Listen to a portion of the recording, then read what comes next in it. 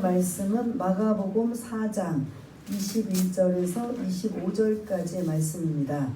제 성경으로는 신약성경 58쪽에 있는 마가복음 4장 21절에서 25절까지 말씀을 다 찾으셨으면 우리 다 같이 한 목소리로 같이 읽는 시간을 갖겠습니다. 네, 우리 다 같이 읽겠습니다. 시작. 또 그들에게 이르시되 사람이 등불을 가져오는 것은 말 아래나 평상 아래에 두려워하느냐 등경 위에 두려워함이 아니냐.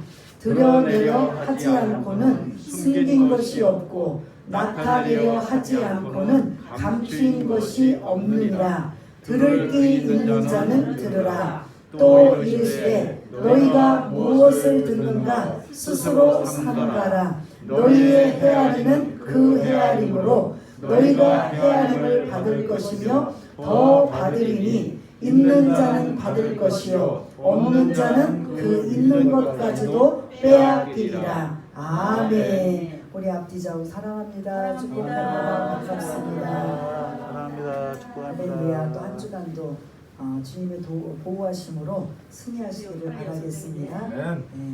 오늘 제목이 등불 비유입니다. 21절에 있는 말씀을 근거로 하면 등불. 지금 등불 켜는 사람들이 있나요? 있어요?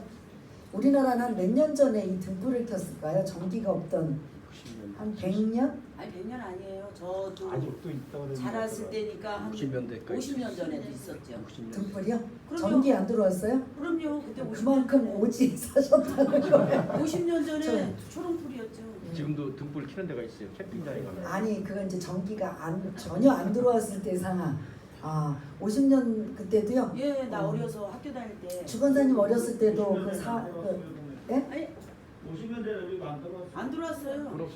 그래갖고 막 이사 60년대까지 60년대까지 그럼 일단은 조금 이제 오지 같은 데는 못 들어왔지만 일단 큰 도시는 들어왔거든요. 근데 그렇게 친다면 우리나라에 전기가 들어왔던 걸 제가 이게 좀 정확하게 조사는 안 해봤는데 한번 치하에서부터 전기 공사가 시작이 되고 해서 한 100년 전이라고도 볼 수가 있습니다. 그 전에 또 우리 지금 현재 또 여기 계신 분들 중에도 전기가 들어오지 않아서 등불을 사용하셨다. 그럼 그 마을이 저녁만 되면 어때요? 전기가 들어오지 않는 마을은 완전히 칠흑 같은 어두움, 진짜 아무것도 안 보이는 이런 시대. 근데 2000년 전이에요.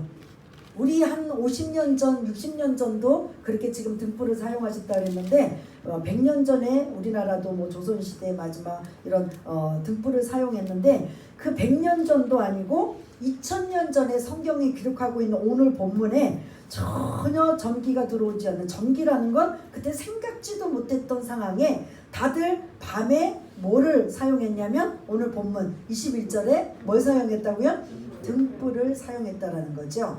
여러분들 저녁 때 이제 캄캄할 때 등불을 켜놓으시면 어떻게 켜놓으세요? 그때는 방이 막 많아서 아들방, 딸방, 뭐 누구 뭐 삼촌방, 뭐 누구 방 이렇게 다 있었죠. 12식구가 한 방에 잤죠. 거의 성경에도 다 한 방에서 모든 사람들이 이렇게 동그랗게 자는 이런 그런 유형을 볼 수가 있는데 그 방 하나에 있는 등불은 어디에다 놓을 것 같아요? 예? 높은 데다 둬요? 낮은 데다 둬요? 근데 이렇게 구석에 높은 데다 놔야 전체를 그 방 안 전체를 비추는 역할. 뭐 다 알고 있는 걸 왜 얘기를 하나? 근데 일단 오늘 21절을 근거로 한다면 두 가지 지금 예수님께서 질문을 던지십니다. 너희들 이렇게 칠흑같이 전기가 전혀 없는 시대, 젊은이들은 정말 공감이 안 될 거예요.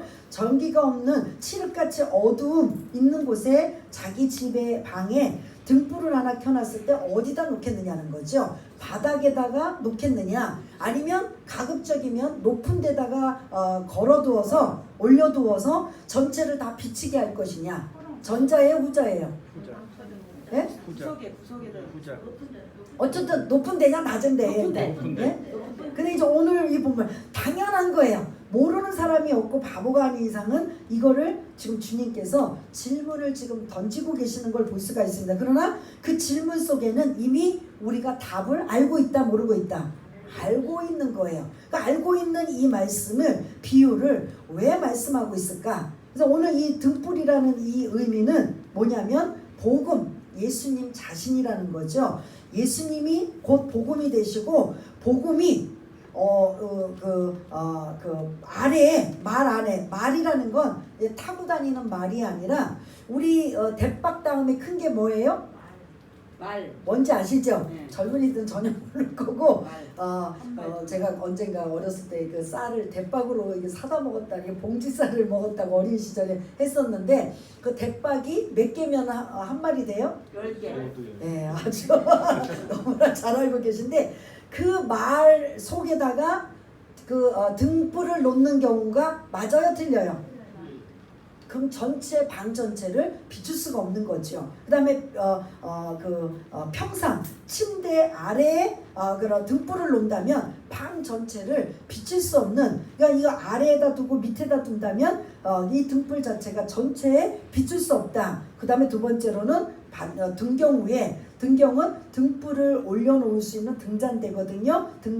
그 등경 위에 가장 높은 곳에 올려두어서 방안 전체를 비추기 위해서 어둠을 물러나고 빛을 비추게 하는 역할이 누가 하는 거예요? 등불을 하는 거죠. 그래서 이 등불을 그러면 당연히 알고 있고 그들이 지금 2000년 전에 저녁만 되면 이 등불을 사용하기 때문에 어린이도 모르는 사람이 없단 말이에요. 그런데도 왜 예수님은 이 등불에 관한 비유를 말씀하셨을까? 이 등불의 의미는 뭐라고 말씀드렸냐면 복음이라는 것이죠. 복음. 마가복음 1장 첫 번째부터 예수 그리스도의 복음의 시작이라고 말씀드린 것처럼 예수님 자체가 복음이에요. 그 복음이 말 아래에 두고 평상 침대 밑에다가 두고 있다면 그 복음의 역할을 할 수 있을까요? 없을까요? 올려서 마치 등불이 어두움을 비추고 널리 그럼 퍼져나가는 것처럼 복음은 그런 역할을 해야 된다는 거죠. 그래서 다시 그걸 반복하기 위해서 22절을 좀 띄워주시면 이제 그 의미, 등불을 다른 말로 여러분들은 복음이라고 지금 이렇게 머릿속에 입력을 하셔야 돼요. 등불은 뭐다? 복음이다. 복음은 원래 누구예요? 사실은 예수님 자신이라는 거죠. 근데 그거를 여러분들이 머릿속에 다 연결시키시고 저는 복음이라는 소리로 계속 이제 설명을 드리려고 합니다.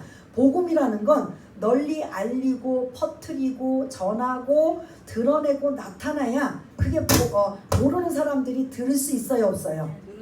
그런데 나는 복음을 받아들였어요. 저와 여러분들은 복음을 받아들였기 때문에 나는 이미 구원받았고 나는 이제 더 이상 이 복음에 대해서 이제 관여 안 하겠다라고 한다면 말 아래에 두거나 평상 아래에 두는 역할인 거죠. 근데 내가 구원받았기 때문에 그 구원의 은혜가 너무 귀하고 감사하고 소중해서 그 복음을 우리가 뭐 해야 되는 거죠? 전하고 알리고 드러내는 이 역할을 마치 방 안의 모든 방안을 비출 수 있는 역할을 등경 위에다가 그 등불을 올려놓는 것처럼 복음은 바로 이러한 역할을 해야 된다는 거죠. 그래서 22절에 보면 또 두 가지예요. 복음이라는 것은 드러내는 것이고 나타내는 것인가, 또 하나는 숨기고 감추는 것인가. 어떤 거예요? 복음은 드러내고 나타내고. 네, 이해가 되시죠?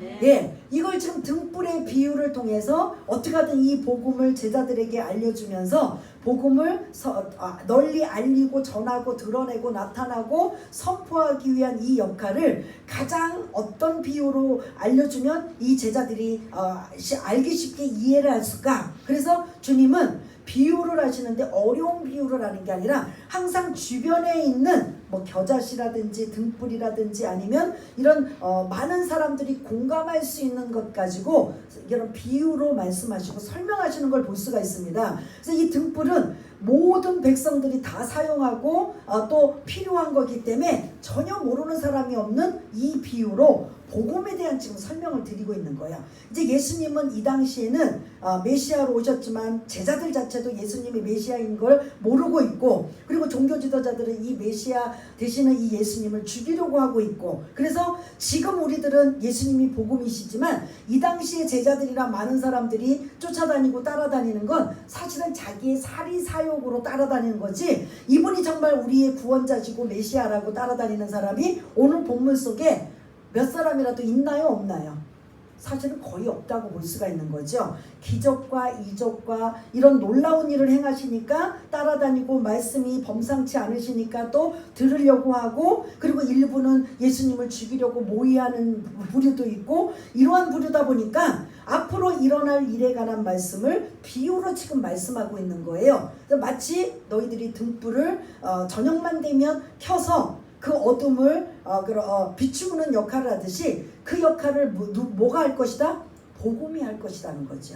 그래서 다시 한번 22절에 예수님의 그런 어떤 질문과 같은 말씀이라면, 그 등불인 복음이 드러내고 나타나야 되느냐, 감추고 숨겨야 되겠느냐, 이거를 지금 이제 말씀하고 있는 거예요. 근데 지금 여러분들은 복음이야 당장이 전하고 드러내고 나타내서 많은 사람들이 한 사람이라도 더 복음을 받아들이게 해야지요 라고 하지만, 이 당시에는 도대체 예수님이 무슨 말씀을 하시는가 알 수가 없는 거예요.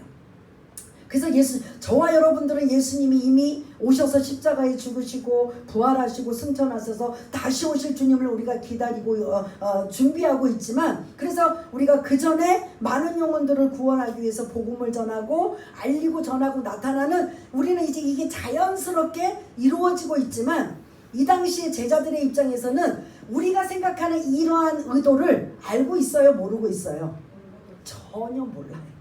그냥 예수님은 범상치 않고 예수님은 대단한 분이시고, 이분은 정말 지금 모든 그런 선지자들이나 예언자들이나 누가 오리래도 이런 분이 없는 거예요. 정말 대단한 분이에요. 그래서 이분이 우리를 어부 출신인 우리들을 제자로 삼으시고, 그리고 대단한 분 옆에서 따라다니다 보니까 이제 슬슬 어떤 욕심을 가지게 돼요? 권력 욕심을 갖는 거예요. 이분이 장차 왕이 되실 것이다. 그럼 왕이 되면 우리는 뭐 한다? 예? 거기서 뭐 할 것 같아요? 예? 자의정, 우의정, 한 자리 차지할 이 국민만 지금 하고 있는 거예요. 그래서 제자들의 동상이몽이라는 뜻이에요. 같이 따라다니고 같이 예수님의 모든 상황을 보고 경험하면서도 제자들은 어떻게 하든 눈에 보이는 세상, 눈에 보이는 현상만 보고 있는 거고, 예수님은 앞으로 일어날 일들, 그리고 더 깊은 의미로 복음에 관한 말씀을 지금 전하고 계시는데, 제자들의 입장에서는 도대체 이 복음이라는 게 무엇인지 우리는 알잖아요. 복음이 뭐라고요? 예수님 자신이라는 소리예요. 그런데 이 당시 제자들의 입장에서는 그러한 것도 저러한 것도 모르다 보니까 예수님이 답답하시니까 23절에 말씀하고 계셔요. 우리 23절 한번 읽어보겠습니다. 시작.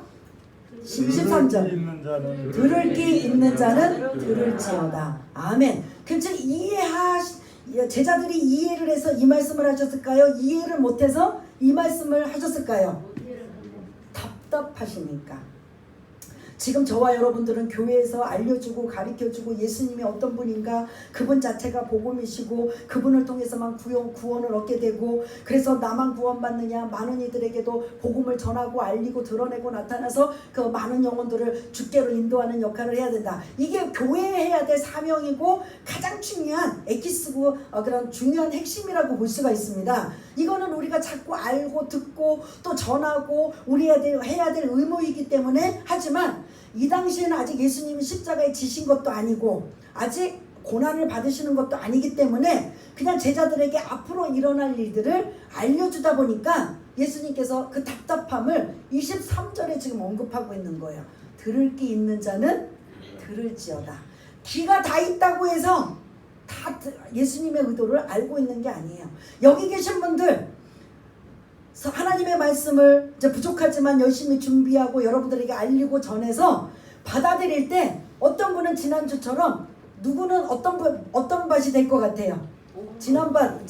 지난주에 어떤 밭인가? 첫 번째, 예? 첫 번째 시작 뭐였죠? 길가밭. 듣자마자 누가 와서 채 들어가요? 사탄이 와서 채트려 가는. 그래서 뭘 들었는지 교회 와서 예배는 드렸는데 그냥 나 할 일 다 했어. 이 정도만이지 돌아가서 한 주 동안 내가 도대체 무슨 설교를 듣고 한마디라도 기억을 못한다면 이건 길가밭이 된다라는 거죠. 그러나 이제 돌밭은 두 번째 돌밭은 말씀을 들었어요. 그래서 들어서 이렇게 살고 싶다. 그래서 기쁘다, 감사하다. 내가 하나님의 자녀가 된 게 얼마나 감사한지 교회 안에서는 그렇게 은혜가 있다가 교회 바깥에 뭐 세상적인 근심과 환난과 이런 문제가 생기면 어느 순간 그 하나 은혜 받았던 거 다 까먹는 거. 이게 이제 돌받친 걸 볼 수가 있습니다. 가장 많은 부류가 어떤 부류라고 했어요? 가십떨기라는 거죠. 욕심과 유혹과 또 뭐예요? 염려. 염려 없는 사람이 없어요. 이 지구상에 모든 염려 그 근심 덩어리로 살고 있는데 그 가시의 염려의 가시가 우리를 찌르다 보니까 말씀대로 살려고 하고 은혜 받고 그래서 그냥 기쁨과 감사하고 살려고 하는데 그 염려로 자꾸 찌르니까 감사가 없어져요. 염려로 자꾸 찌르니까 어떻게 하냐? 기쁨이 없어지는 거예요. 염려의 가시로 자꾸 찌르고 유혹의 가시로 그 다음에 욕심의 가시로 자꾸 우리의 삶 속에 개입해서 찌르고 하니까 하나님의 은혜가 되지 않는. 그래서 들을 게 있는 자는 들으라 라는 이 말씀이 사실은 이 제자들에게 주시는 말씀이기도 하지만 저와 여러분들에게도 지금 말씀하고 있는 거지요. 다 여러분들 지금 귀가 안 들리시는 분 없잖아요. 연세가 많으시거나 뭐 아직 그래도 귀는 하나님께서 복을 주셔서 지금 제가 선포하시는 말씀들을 지금 다 듣고 있잖아요. 듣고는 있는데 듣고 빠지느냐, 듣고 가슴에 새기느냐, 또 새겼는데 나가면서 잊어버리냐, 아니면 가슴에 새겼는데 그 가슴에 새긴 걸 일주일 동안 나는 왜 이렇게 못 살지, 나는 왜 어떻지라고 여러분들이 몸부림치며 하나님 앞에 기도하고 있는가 하면 어떤 이는 그래 자부심과 갖고 자존감이 높여져서 나는 하나님의 자녀야, 부족하지만 하나님께서 나와 함께 하시고 도와주시는 분이시여라고 여러분들이 그렇게 한 주간을 보내시는가. 그래서 어떤 분은 길가밭, 돌밭, 가시떨기밭 이런 상황 속에 늘 사실은 우리가 있다라는 겁니다. 오늘도 마찬가지예요. 들을 게 있는 자는 들어라. 얼마나 주님께서 답답하시고 안타까우시면 이렇게 지금 말씀하고 있는 거예요. 너희들이 지금 사용하고 있는 등불을 너무나 잘 알고 있는 것처럼 복음도 이와 같이 드러내고 나타내고 알리고 선포되어야 되는데 감추고 숨기고 있다면 이거는 잘못되어 있다는 거죠. 한 예를 들자면 교회는 다녀요. 예수는 믿어요. 그런데 교회에 오실 때 지금 이제 가방에도 넣고 오시지만 남자분들 성경책을 어떤 분들은 막 이렇게 자신 있게 끼고 나는 주일날 교회 간다라고 하시는 분들 있지만 그것조차도 창피하고 좀 부끄러운 것 같아서 이렇게 슬그머니 안 다니는 것처럼 하는 이런 분들도 계시다면 오늘 한번 생각을 해야 되는 거죠. 나는 드러내고 나타내고 있는가? 예수 믿는 사람으로 하나님의 자녀로 정체성을 지금 드러내고 나타내고 있는가? 아니면 그냥 손해볼까봐, 아니면 창피해서 아직 믿음이 없어서 감추고 숨기고 있는가. 특별히 직장생활이나 사회생활할 때는 사실 불이익을 당할까봐 예수 믿는 것 자체를 사실은 특히 남자분들 이런 직장이나 사회생활에서 감출 때가 사실은 많아요. 그러다 보니까 감추게 되면 자기가 예수 믿는지 사람들이 믿는지 안 믿는지 모르잖아요. 그러니까 당연히 뭐라고 생각해? 안 믿을 거라고 생각하잖아요. 그러면 회식이나 이런 상황이 있을 때 당연히 우리나라의 그런 문화는 회식에는 반드시 뭐가 있어야 돼요? 술을 나는 저 사람들이 예수 믿는지 안 믿는지도 모르고 안 믿을 거라고 생각하니까 또 그 자연스럽게 그것도 접할 수 있는 거예요. 그런데 만일 거기서 나는 예수 믿는 사람이기 때문에 나는 절대로 이 술을 거부하겠습니다라고 한다면 사실은 불이익을 감수하고 자기의 그런 신분, 정체성을 노출하는 거죠. 그래서 22절에 보면 드러내고 나타낼 것인가, 감추고 숨길 것인가, 이게 사실은 우리에게 좀 그런 아픔의 소리일 수 있습니다. 우리가 정말 세상에 나가서 누구를 만나건 어떤 이든 내 정체성은 나는 예수 믿는 사람이기 때문에 누가 뭐라고 하고 또 때로는 불이익을 당하고 손해를 본다 할지라도 나는 누구다? 예수 믿는 사람이다. 왜냐하면 마태복음 5장 14절도 그렇고 로마서에도 보면 전에는 너희들은 죄인이고 어둠의 자식이었는데 이제는 뭐라고 나와요? 예? 어둠이더니 이제는 뭐다? 어둠의 반대? 빛이다. 그럼 저와 여러분들은 빛의 자녀, 빛이라고 말씀하셔요. 그러면 내가 지금 여기 계신 분들은 목사만 빛이 아니라 여기 계신 집사님들, 성도님들, 뭐 안수 집사님, 권사님들 다 뭐라고요? 하나님의 자녀는 빛이라고 말씀하시는 거예요. 빛은 뭐 해야 돼요? 22절을 근거로 하면 예? 드러내고 나타내고 빛이 해야 되는데 빛이 뭐 해야 돼? 우리는 빛인데도 뭐 하고 있어요? 숨기고 감추는 거. 마치 그 말 아래나 평상 아래다가 좀 두는. 그래서 빛의 역할을 등불의 역할을 못하는 이런 상황을 볼 수가 있다라는 거죠. 가끔 이 TV에서 보면 그런 성경 이름을 좀 안 다뤘으면 좋겠어요. 다니엘, 뭐 요셉, 막 이런 아이들이 나와가지고 뭐냐면 뭐 중국에서 제일 센 술이 뭐예요? 네? 꼬량주. 뭐 러시아에서 최고 센 술이 뭐예요? 예? 보드카. 뭐 소주 맥주도 아니고 아주 무슨 꼬량주니 뭐 보드카니 뭐 이런 거 먹는다고 아주 그 방송에서 나오는 거면 저 이름이나 좀 띄어버렸으면 다니엘, 요셉, 뭐 안나 뭐 이러고 아주 그냥 성경 뭐 이런 이름들은 거창하게 다뤄놓고도 여전히 그들은 뭐 하고 있다? 세상 사람들과 다름없이 술 얘기하고 뭐 이런 뭐 얘기하면서 자기 분명히 그 이름을 붙였다라는 건 자기 의도가 아니고 부모의 뭐 모태신앙이든지 아니면 분명히 연결고리가 있단 말이에요. 그러니까 다니엘이라는 이름도 붙이고 요셉이라는 이름도 붙이고 뭐 모세 이름도 붙이고 뭐 안나든지 붙이잖아요. 그 이름이 모르는 사람들은 절대로 붙일 수 없는 이름이란 말이에요. 예수 안 믿는 사람들은. 그러면 부모님의 영향을 받았던 어쨌든 그 영향권에서 어렸을 때부터 신앙생활하고 했던 이런 사람들이 뭐 TV에 나와서는 당연하게 뭐 술 뭐 먹는 거 이런 것들은 뭐 전혀 오늘 이 22절을 근거로 한다면 그들은 숨기고 감추는 것밖에 안 되는 거예요.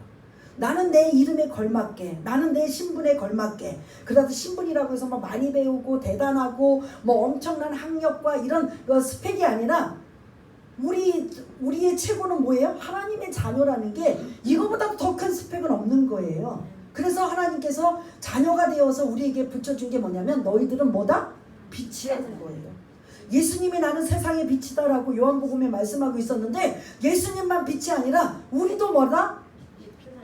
마태복음 5장 14절에 보면 너희들은 세상의 빛이다 라고 말씀하셔요. 나는 빛이 아닌데? 나는 빛이 되려면 아직도 멀었는데? 빛이 되려면 자격도 없는데? 그러거나 말거나 주님은 우리를 향해서 뭐라고 한다고요? 빛이다 라고 말씀하셔요.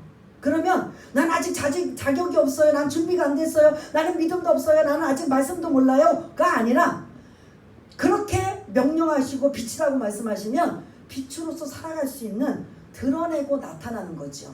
뭐 엄청나게 목사들처럼 말씀을 많이 알고 막 거창하게 하는 게 아니라 내가 만난 하나님, 내가 알고 있는 예수님, 내가 알고 있는 그 성경을 아주 조그만 얄팍한 지식이라도 뭐 해야 돼요?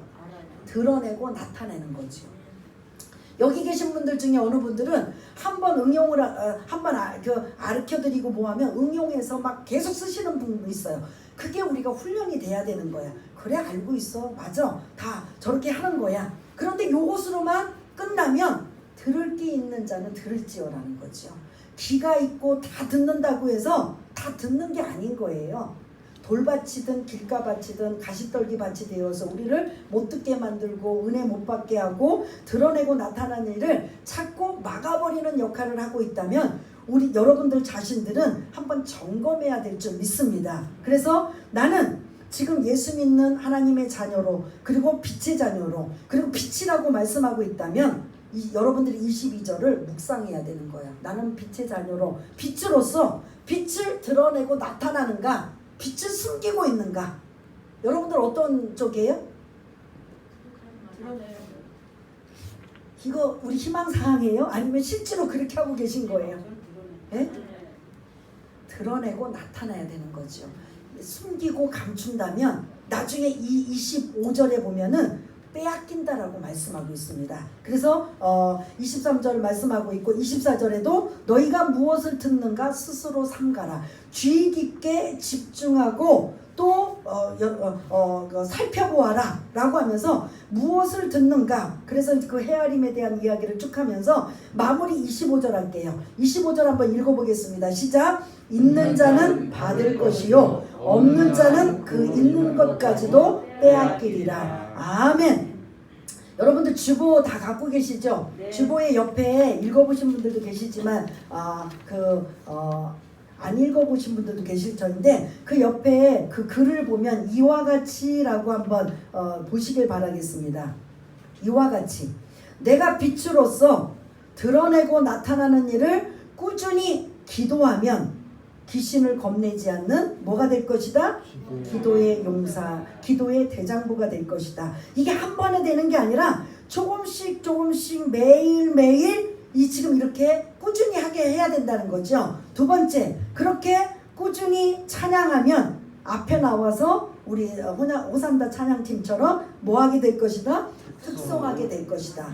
아름다운 목소리로 선천적으로 주신 것도 좋지만 이게 이제 은혜가 되면 목소리가 좀 허스키하고 저음이고 좀 못나도 자기가 이미 은혜 받아서 영광 돌리면 그것도 듣는 이로 하여금 같이 감동을 받게 되는 이런 걸 볼 수가 있습니다. 또한 세 번째 보면 꾸준히 뭐를 경청하면 설교를 경청하고 사모하고 하면 자기도 모르게 뭐가 될 것이다? 말씀의 사람이 될 것이다. 다음 마지막으로 부지런히 뭐하면 복음을 전하며 어떤 때는 허탕치고 하나마나 이거는 하는지 아는지 모르지만 그럼에도 불구하고 꾸준히 부지런히 복음을 전하면 언젠가는 우리도 전도의 달인, 전도의 왕이 될 것이다. 이게 그 위에 세 번째 줄 보면 두 번째 줄 보면 매일 조금씩 바꿔나가라는 거죠. 우리가 하나님이 우리를 빛이라고 말씀하시고 그 빛을 드러내고 나타나야 되는데 이게 사실 쉬운 일이 아니에요. 그럼에도 불구하고 조금씩 바꿔나가면 내 안에는 기도의 용사가 될 것이고 그 다음에 말씀의 사람이 될 것이고 그리고 어떻게 하든 그 은혜 받은 걸 겉으로 드러내고 나타나는 복음 전도의 이러한 그런 사람이 될 것이다 라는 이 말씀이 오늘 25절에 보면 그렇게 복음을 받아들이고 그리고 드러내고 나타내고 사모하고 전하고 알리는 자는 뭐 할 것이다? 받을 것이라는 거죠. 은혜의 보상의 원리를 지금 주고 계세요. 하나님께서는 그 노력한 수고의 대가를 반드시 보상해 주셔요. 그냥 너 했으니까 너 당연하니까 그걸로 알아 라는 게 아니라 하나님은 반드시 보상을 해 주셔요.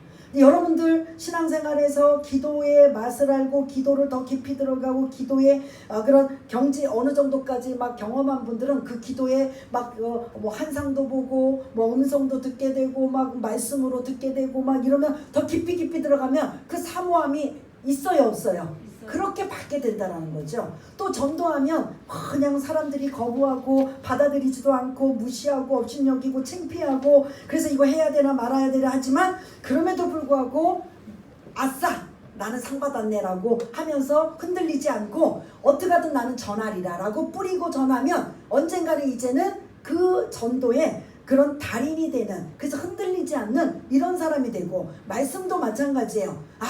교회에 와서 주일날 들을 때는 은혜가 되어서 그래 나 이렇게 살고 좀 이렇게 마음을 먹고 작정해야지. 그런데 여러분들 성전 문 밖에 나가면 그 작정하고 결심하고 다짐한 것들이 잘 지켜지나요? 안 지켜지나요? 예? 들을 때는 참 이렇게 살아야 돼. 맞아. 내가 지금 이 마지막 때 더 오랫동안 이제 내가 나이를 먹다 보니까 돈이 다가 아니고 뭐가 다가 아니고 하나님의 은혜가 얼마나 귀하고 소중한지 어떻게 하든 내가 알리고 전하고 그것도 사모하여서 하나님의 은혜를 체험하고 경험하고 그래서 복음이 있는 자 드러내고 나타나는 자는 더 받을 것이라는 거죠. 더 은혜의 보상의 원리를 주시는데 반대로 감추고 숨기고 자기 정체성도 드러내지 않고 아무것도 하지 않는다면 없는 자는 있는 것까지도 뭐 한다고요? 빼앗긴다. 이게 지금 보상의 원리예요. 달란트 비유 있잖아요. 주인이 종에게 3명의 종에게 각각의 달란트를 줬어요. 한 사람에게는 얼마?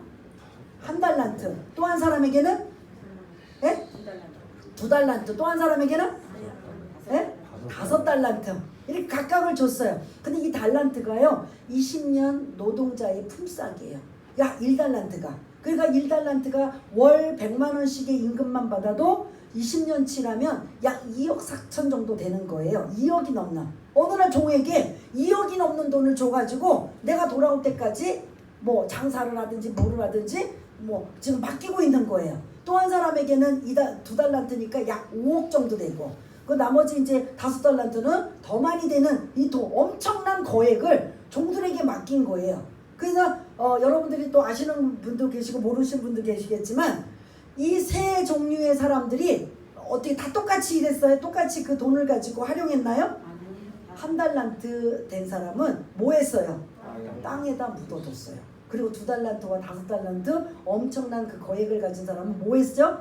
장사를 해서 주인이 올 때 주인을 기쁘게 하기 위해서 더 배로 불려놓은 거예요. 그 2달란트는 4달란트로, 5달란트는 몇 달란트로? 10달란트로 만들어 놓고, 이제 드디어 어느 시기가 지난 다음에 주인이 이제 돌아와서 결산하는 거예요. 야, 너희들 다 모여. 그리고 내가 전에 떠나기 전에 너희들에게 주었던 그 달란트 이제 회수다 라고 했을 때 이제 보고하는 거예요. 그때 한 달란트는 뭐 하고 했어요? 주인이 주신 그 돈을 내가 잊어버리지 않고 도둑질 당하지 않기 위해서 뭐 했습니다? 땅에 잘 묻었다가 돌려드립니다. 그러면 주인이 칭찬하나요? 안 하나요? 악하고 게으른 종아라고 하잖아요. 그래서 그 있는 것을 누구에게 줘요? 있는 자에게 빼앗겨서 줘버립니다. 이게 오늘 없는 자는 그 있는 것까지도, 마치 한 달란트는 악하고 게으른 종, 숨기고 감추어서 아무것도 안 한 이들에게 오히려 가지고 있는 것까지도 빼앗겨서 다른 사람 있는 자에게 주었다라는 거죠. 그래서 저와 여러분들이 내 안에는 내실을 기해야 돼요. 말씀으로 무장되고 말씀을 사모하고 말씀의 사람이 되시길 바라겠고요. 기도하시면서 기도의 용사, 기도의 그런 그 대장부가 되시길 바라겠고요. 그리고 바깥으로는 그 은혜를 받았다면 드러내고 나타나고 전하고 선포하는데 여러분들이 쓰임받는 저와 여러분 되셔야 돼요. 왜냐하면 주님께서 우리를 뭐라고 하셨다고요? 빛이라고 말씀하십니다. 주님이 빛인데 우리도 빛이래요. 주님이 비친 건 맞고 그게 공감이 되고 그건 뭐 이의를 제기를 안 하겠는데 우리 보고 빛이라는 거예요. 우리는 아무것도 뭐 할 줄도 모르고 능력도 없고 부족한데 우리 보고 뭐라고요? 권성도님에게도 빛이고 저에게도 빛이고 다 빛이래요. 너는 조금 아직 부족하니까, 너는 조금 아직 훈련이 안 됐으니까가 아니라 자녀가 된 우리 모두는 빛이래요. 그러면 그 빛인 저와 여러분들이 드러내고 나타나야 되고 전파하고 알리고, 그리고 그 복음을 내가 얼마만큼 사모하고 하느냐에 따라 결실이, 풍요로움이, 기쁨이, 행복이, 감사가 다르다라는 걸 여러분 잊지 마시길 바라겠습니다. 그러나 아무것도 안 한다면, 난 하나님의 자녀고 빛이라고 했음에도 불구하고 감추고 숨기고 그냥 아무것도 안 할 때, 주님이 오셨을 때 결산을 할 때 본다면 그때는 우리는 궁핍할 수밖에 없다라는 거죠. 왜냐하면 빼앗겨 버렸으니까. 주님이 오실 날을 우리가 얼마만큼 여러분들이 기대하고 소망하시는지 모르겠지만 사모하시면서 어떤 이는 막 그냥 애쓰고 수고하고 땀을 흘리며 가진 시간을, 물질을, 여러 가지 헌신과 이런 노력을 하면서 드러내고 나타나는데 쓰임받는 사람이 있는가 하면 어떤 부류는 감추고 그러고 숨기는 부류의 사람이 있다라는 거죠. 여러분 어떤 사람이 되고 싶습니까? 예? 드러내고 나타내고 전하고 알리고 선포하는 이런 사람이 되시길 바라겠습니다. 그래서 우리 한번 반주에 맞춰서 22절의 말씀을 근거로 한다면, 등불을 말 아래 두거나 평상 침대 밑에다가 둔다면 이거는 바보가 하는 짓이거든요. 근데 우리가 그 바보 짓을 하고 있는 거예요. 우리가 빛이라고 했는데 여전히 말 아래 두고 있고 평상 아래, 침대 아래 두고 있어서 아무 빛의 역할을 하고 있지 않는 이러한 모습. 그래서 들을 게 있는 자는 들어라. 드러내고 나타내는 자가 되어야지 숨기고 감추이는 자가 되지 말라라고 한다면, 그렇게 살다가 25절에 보상의 원리, 있는 자는 받을 것이오라는 더 받는 이런 보상의 원리, 은혜의 원리를 우리 모두가 여기 계신 모든 분들이 받고 누릴 수 있도록 우리 한번 결심하고 다짐하며 또 하나님 앞에 성령님의 도우심을 받으며 한번 이 등불의 비유가 어떤 의미를 담고 있는지 우리 한번 여러분들의 목소리로 한번 반주에 맞춰서 기도하는 시간을 갖겠습니다. 다 같이 기도하겠습니다. 하나님 아버지 은혜를 감사합니다. 오늘은 등불의 비유에 관한 말씀을 지금 예수님께서 제자들에게 주고 계시는데 제자들에게만 해당되는 게 아니라 지금 우리 하나님의 자녀들 모두에게도 해당되는 말씀입니다. 등불을 말 아래 두거나 평상 아래 두는 사람들은 아무도 없을 것입니다. 그런데 우리가 진짜 하나님의 자녀이면서도 실제로 말 아래 두고 평상 아래 들어 감추고 숨기며 나 자신이 예수 믿는 것까지도 창피하고 부끄럽고 불이익을 당할까봐 알리지 않고 드러내지 못하는 우리들의 모습, 그리고 그 말씀대로 빛이라고 하는 우리가 빛이라고 말씀하셨는데 그 빛으로 살지 못하는 이러한 모습이라면 오늘 이 다시 말씀을 주신 것 가지고 우리를 빛이라고 했다면 반드시 하나님께서는 빛으로 살아갈 수 있는 능력, 빛으로 살아갈 수 있는 모든 환경, 빛으로 살아갈 수 있는 모든 길을 열어주실 줄 믿습니다. 단지 내가 그 빛의 역할을 드러내고 나타내고 또 선포하고 알리고 전하는가, 이게 우리의 몫인데 이 몫을 감당할 때마다 더 많은 은혜의 원리가 우리에게 있음에도 불구하고 우리는 여전히 야트막한 길가밭과 돌밭과 가시떨기 밭에서 허우적거리고 시달리면서 아버지 하나님 결실을 맺지 못하는, 보상을 받지 못하는 이런 안타까움이 있습니다. 주님, 오늘 말씀이 들을 게 있는 자는 들을지어라는 듣는 귀가 복되게 하시고 영적인 음성으로 듣게 하여 주시고 나는 지금까지 어떻게 살았는가, 예수님을 드러내고 나타나며 살았는가, 예수님을 감추고 숨기며 살았는가,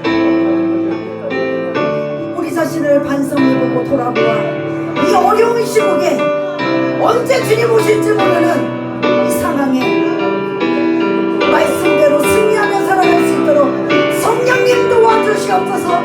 성령님 말씀을 통해서 역사하시는 성령님, 우리에게 힘주시고 능력 주시고 권능 주셔서 말씀이 생각나게 하시고 말씀대로 순종하게 하시고, 그래서 있는 것보다도 더 받게 받는 이러한 은혜의 사랑이 될 수 있도록 주님 도와주시기 원합니다.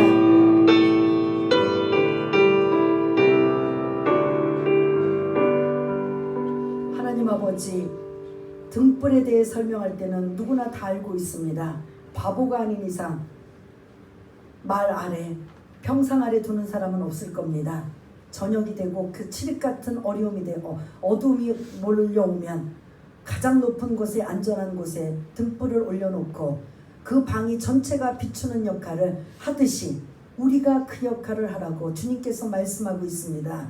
그런데 드러내고 나타내고 전파하고 알리고 선포하는 것이 아니라 그냥 전전긍긍하며 숨기고 감추면서 살고 있는 우리들의 모습이었다면 오늘 이 말씀을 통해 깨닫고 드러내고 나타나고 선포하는 그러한 믿음의 사람, 빛의 사람이 될 수 있도록 주님 도와주시기 원합니다. 아니, 주님께서 우리를 빛이라고 말씀했사오니 그 빛이 내가 아닙니다, 부족합니다, 어떤 이유 핑계는 이제 필요가 없습니다. 주님, 나를 빛이라고 했다면 빛으로 살아갈 수 있도록 성령님 도와주옵소서. 그 성령님의 도우심으로 드러내고 나타내고 알리고 전하고 선포하며 그 예수님을 많은 사람들에게 소개할 수 있는 우리 모두가 될 수 있도록 주님 도와주셔서